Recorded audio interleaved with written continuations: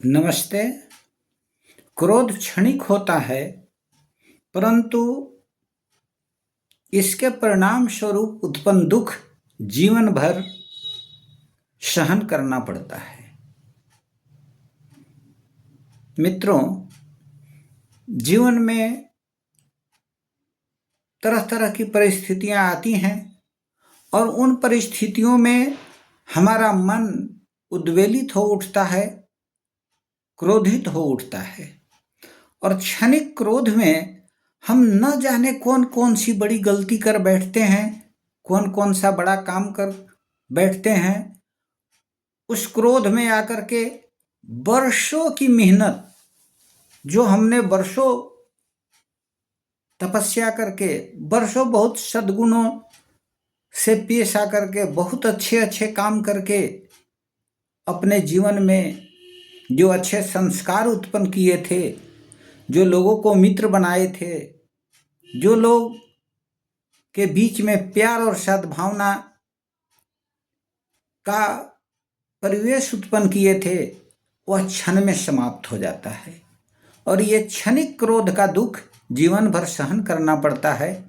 इसलिए हमें आज संकल्प लेना है कि हम क्रोध से बचेंगे। क्रोध के समान कोई शत्रु नहीं है। क्रोध नास्ति क्रोध समरिपु। क्रोध के समान कोई शत्रु नहीं है।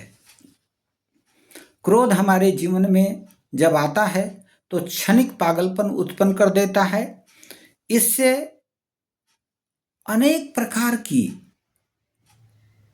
मानसिक विकृतियां हमारे मन में उत्पन्न होती है और हम सदैव उसी विकृतियों के शिकार हो जाते हैं और विकृत विचार हमारे जीवन में हमेशा आते रहते हैं और हम क्रोध की अग्नि में जलते रहते हैं।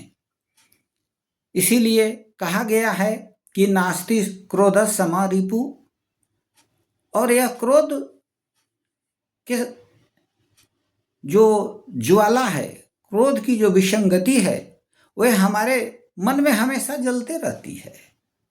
इसलिए क्रोध से हमेशा बचना चाहिए और क्रोध से बचने का सरल मार्ग है कि हमें ईश्वर में विश्वास करना चाहिए कि इस जीवन में जो घटनाएं हो रही हैं वे ईश्वर की प्रेरणा से हो रही हैं। वह हमारे नियंत्रण से बाहर है। हमारे नियंत्रण में सिर्फ कर्म करना है, ईश्वर को धन्यवाद देना, ईश्वर से प्रार्थना करना कि हे भगवान मुझे क्रोध से बचाओ। कहा गया है कि क्रोध ही शत्रु प्रथम नाराणाम देहि अस्थो देह विनाशनाय यथा स्थिता काष्ठगतो हि बुधिर सएव बहिर्देति शरीरम। कहा गया है कि क्रोध मनुष्य का सबसे पहला और सबसे बड़ा शत्रु है जो हमारे शरीर में है। यह देहिना अस्ति, देहि अस्थितो, यह हमारे देह में, हमारे शरीर में स्थित है और देह में रहकर यह हमारे इस देह को विनाश कर देता है। यथा स्थिता काष्ठ गतो हिर्वूर्धि बहिर्नि, जैसे लकड़ी में अग्नि का निवास होता है। अग्नि अलग नहीं रहती, अग्नि लकड़ी के अंदर ही निवास करती है और वही अग्नि लकड़ी को जला देती है।